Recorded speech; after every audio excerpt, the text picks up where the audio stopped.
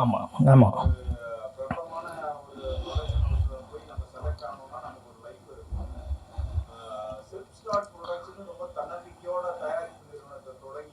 Okay, thank you.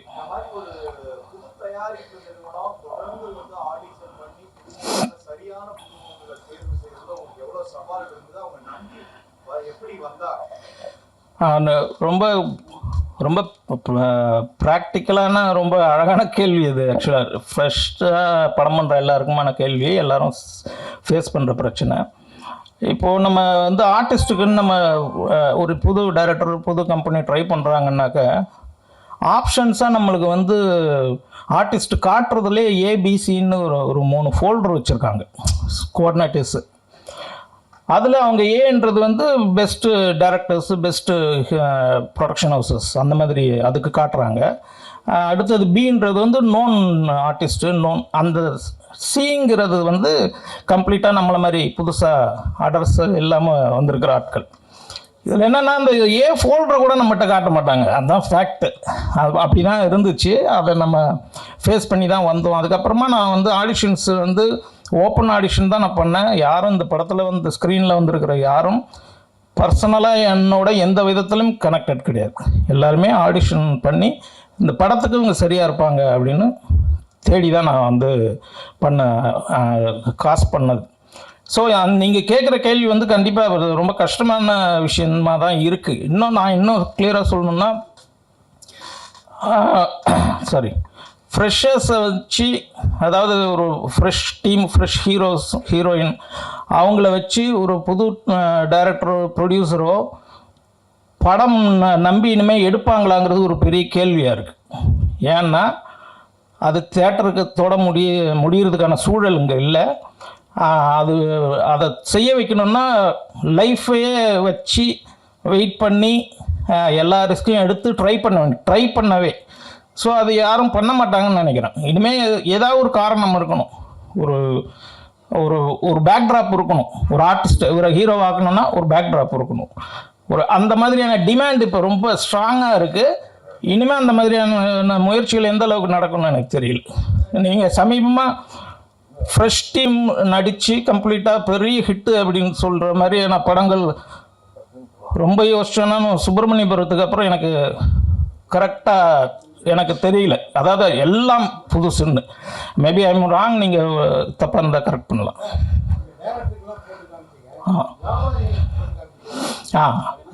அது வியாபாரிகள், ஆமாம், எல்லாருமே நம்ம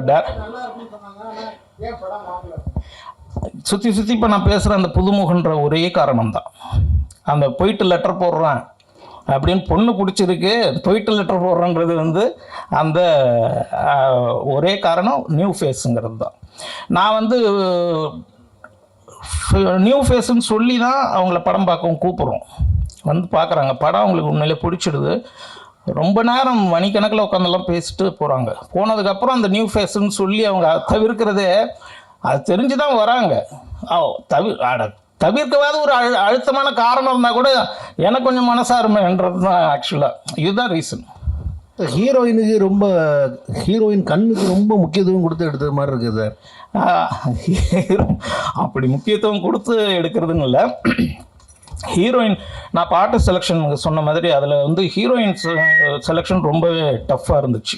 அந்த ஏபிசி ஃபோல்டரெல்லாம் தாண்டி ஒரு 8 months ஆச்சு ஹீரோயின் மட்டும் ஃபைனலாக. மீதிக்கு கூட நான் ஸ்டார்ட் பண்ணி ஷூட் போனேன் ஒரு ஷெட்யூலு.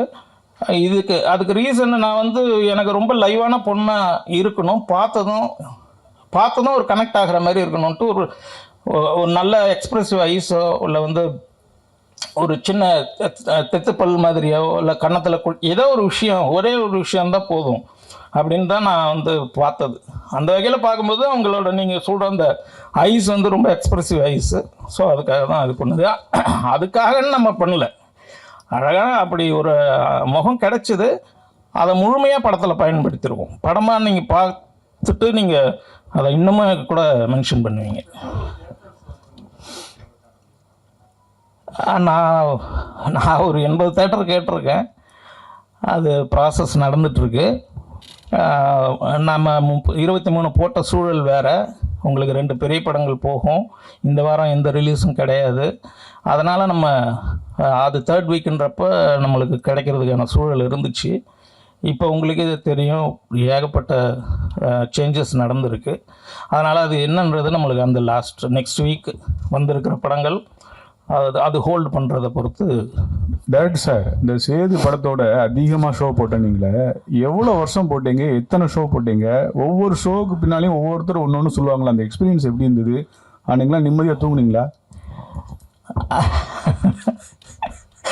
நிம்மதியாக தூங்கணும் அப்படின்னாக்க ஷூட்டிங் டேஸ் அப்போல்லாம் ஷூட்டிங் டேஸ்லேருந்து அதெல்லாம் இல்லை. நீங்கள் சொல்கிற இந்த குறிப்பிட்ட இந்த காலகட்டம் படம் ரெடி ஆகிட்டு ரிலீஸ்க்கான ட்ராவல்ன்றதெல்லாம் அது எல்லாம் உங்களுக்கு நல்லாவே தெரிஞ்சிருக்கும் எப்படி இருந்திருப்போன்றது. ரொம்ப மோசமான ஒரு ஃப்ரஸ்ட்ரேட்டட் ஃபேஸில் தான் நம்ம இருந்தோம். ஷோஸ் போட்டுட்டு எல்லாருமே அந்த மாதிரி நீங்கள் சொல்கிற மாதிரி கருத்துக்கள் நிறைய சொல்லுவாங்க. நான் வந்து ஓப்பன் டு எப்பவுமே கருத்து யாராக இருந்தாலும் எல்லாத்தையும் ஒப்பீனியன் கேட்டு அப்படி தான் நான் வந்து ஒரு முடிவு எடுப்பேன். அதில் வந்து இன்புட்ஸ் நல்லா இருந்த இன்புட்ஸை நான் எடுத்துகிட்டு வந்திருக்கேன், ரெக்டிஃபை பண்ணியிருக்கேன். சிலதெல்லாம் நம்ம ஸ்கிப் பண்ணிட்டு தான் இருந்திருக்கோம். இப்போ குறிப்பாக படம் என்ன எதுன்னே தெரியாமல் எடுத்த உடனே டியூரேஷன் எவ்வளோன்னு ஒரு கொஷின் வரும். இங்கே 2 ஹவர்ஸ்னாக்கா ஓகே 220 ஃபுல்லாக எல்லாத்தையும் பார்த்துட்டு கடைசி அந்த ஒரு 10-15 நிமிஷம் ட்ரிங்க் பண்ணால் நல்லாயிருக்கும் அப்படின்னு ஒரு விஷயத்த ஃப்ளாட்டாக சொல்லுவாங்க எல்லாருமே. அது எந்த 10 நிமிஷன்றது இருக்காது. 2 ஹவர்ஸோ 2.5 ஹவர்ஸோ என்னை பொறுத்த வரைக்கும் எங்கேஜிங்காக இருந்தால் அந்த அந்த டைம் இஷ்யூவாக இருக்காதுன்னு நினைக்கிறேன். நம்மளோட படம் வந்து 2 ஹவர்ஸ் 22 மினிட்ஸ் இருக்குது சார். ஷோஸ் நான் சார் கவுண்ட்டை அது நிறைய போட்டாச்சு, அது வேண்டாம் விட்டுடுங்க சார். கவுண்ட் அதாவது ஷோஸுன்றது எல்லா வகையும் அது சேது வந்து தியேட்டரில் இன்னும் ஒரே ப்ரொஜெக்ட் நம்மளது எல்லா ஃபார்மேட்லேயும் நம்ம ப்ரொஜெக்ஷன் பண்ணியிருக்கோம், இன்க்ளூடிங் த அப்டேட்டட் விமியோ லிங்க்ன்றது அது ஒரு விஷயமா இருக்குது சார். பெரிய பெரிய நடிகர்கள் படமே ஓட மாட்டேங்குது, இப்போ தியேட்டர் கிடைக்க மாட்டேங்குது. எதன் அடிப்படையில் இந்த படத்தை இப்போ ரிலீஸ் பண்ணுறீங்க? இல்லை அதுக்காக நான் ரிலீஸ் பண்ணாமல் இருக்க முடியாது. இல்லை ஒரு விஷயம் என்னென்னா தியேட்டர் கிடைக்க மாட்டேங்கிறதுன்னு கரெக்டு. பெரிய படங்களே ஓட மாட்டேங்குதுன்றதுக்கான காரணங்கள் உங்களுக்கே தெரியும். ஆக்சுவலாக நான் அதை ஓப்பனில் எதுவும் டிபேட் பண்ண முடியாது. அந்த காரணங்கள் இல்லாமல் கூட நம்ம படம் இருக்கலாம் இல்லைங்களா? அது மிஸ் ஆனது அந்த படங்கள் ஓடாததுக்கு காரணம் இருக்கிற லிஸ்ட் அவுட் பண்ணுறதுல அது அந்த காரணம் இல்லாமல் கூட நம்ம படம் இருக்குன்னு நான் நினைக்கிறேன். இல்லை தேட்டர் கிடைக்காததுக்கு அரசியல் பெரிய பிரச்சனையாக ஓடிக்கிட்டு இருக்குல்ல? ஆமாம் கண்டிப்பாக. அப்புறம் எப்படி இதை ரிலீஸ் பண்ணுறீங்க? ஓடிடியில் ரிலீஸ் பண்ணிடலாமா? ஓடிடி நீங்கள் ஓகே அந்த கொஷின் ஆக்சுவலாக பேண்டமிக்கில் வந்து அப்போ நம்ம ஆஃப்டர் பேண்டமிக் தான் ஓடிடி பார்க்குற பழக்கம்ன்றது 100% கம்பல்சரி ஆயிடுச்சு. அது இன்றைக்கி ப்ராக்டிஸாகவே இருக்குது. எனக்கு வந்து இந்த படம் வந்து தியேட்டரிக்கல் எக்ஸ்பீரியன்ஸ்க்காகவே நான் பிளான் பண்ண படம். அது வந்து இது வெறும் நான் டேரக்டர் ப்ரொடியூசராக இருக்கிறதுல வந்து ப்ளஸ்ஸும் இருக்குது மைனஸும் இருக்குது. அதில் இது என்னன்னாக்கா ஓடிடி கேட்குறப்ப நம்மளுக்கு ஓகே ரெவன்யூ ரிட்டர்ன்ஸ் போட்ட காசு வந்துருச்சுன்னா போதும் அப்படின்னு ஒரு ஸ்டாண்ட் எடுத்துருந்தால் கண்டிப்பாக அது அப்பயே கூட த்ரூ ஆகிருக்கும். ஓடிடியே அவுட்ரைட் வாங்கிட்டு இருந்த டயத்துலேயே. எனக்கு வந்து இது தேட்டர்கள் எக்ஸ்பீரியன்ஸ்க்காக பண்ண படம். ஆடியன்ஸ் இந்த படத்தை தியேட்டரில் அவங்களோட சிரிப்பு, அவங்களோட எமோஷன், அழுகை அத்தனை விஷயமும் கனெக்டடான ஒரு படமாக இது இருக்குன்றது நான் 100% நம்புகிறேன். அதனால தான் தியேட்டரில் தான் ரிலீஸ் பண்ணுவேன்னு நான் இருந்தது கூட சில வாய்ப்புகள் அதனால் கூட நான் மிஸ் பண்ணியிருக்கலாம். டாக்டர் சார், இந்த படம் முதல்ல நாங்கள் பார்க்காதனால கேட்குறோம், என்ன ஜானரு, எந்த ஊரில் கதை நடக்கு? எல்லா படம் பார்த்தவங்களாம் ஏதோ ஒரு சின்ன விஷயம்னு சொல்லுவாங்களா? அது என்ன சின்ன விஷயம்? இல்லை படம் வந்து கடலூர், சிதம்பரம் இது ரெண்டு தான் லொக்கேஷன்ஸ் கதை நடக்கிற களம். கடலூரில் ஹீரோ ஃபேமிலி ஃப்ரெண்ட்ஸ் இருப்பாங்க. சிதம்பரத்தில் சிதம்பரம் யூனிவர்சிட்டியில் படிச்சுட்ருக்கிற ஒரு ஹீரோ கேரக்டர். அது இல்லாமல் தஞ்சாவூர், புதுக்கோட்டை அந்த மாதிரியான ஊர்கள்லையும் ஷூட் பண்ணியிருக்கோம். சின்ன விஷயங்கிறது அது அவங்க ஒரு ஃப்ளோவில் சொல்கிறாங்க. நீங்கள் பார்க்கும்போது அது வந்து பெருசாக கூட இருக்கலாம், அவங்க ரொம்ப சொல்லக்கூடாதுன்னு கூட சொல்லியிருக்கலாம். சின்னதுன்றது என்னன்னாக்கா சிம்பிளிஃபைடாக ரியலிஸ்டிக்காக நான் ஒரு அட்டம் தான் நான் பண்ணேன், அதை தான் அவங்க சின்னதா அப்படின்ற வார்த்தையை சொல்கிறாங்கன்னு நினைக்கிறேன். சார் வணக்கம் சார். வணக்கம், சொல்லுங்கள். தமிழ்நாட்டில் தொடர்ந்து வந்து காதலுக்கு எதிரான ஒரு அலை தான் வந்து நிறைய பெற்றோர் இடத்துல வந்து வீசிட்டு இருக்கு.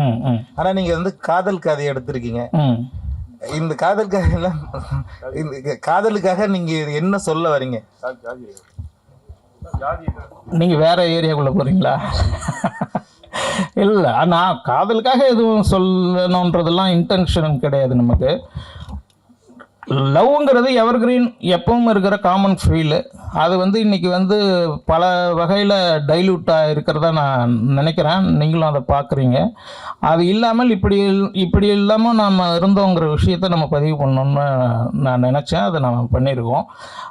அது வந்து நம்மளும் இந்த மாதிரி ட்ரை பண்ணலாமேன்னு கூட இந்த ஜென்ரேஷனை யோசிக்க கூட வைக்கலாம்.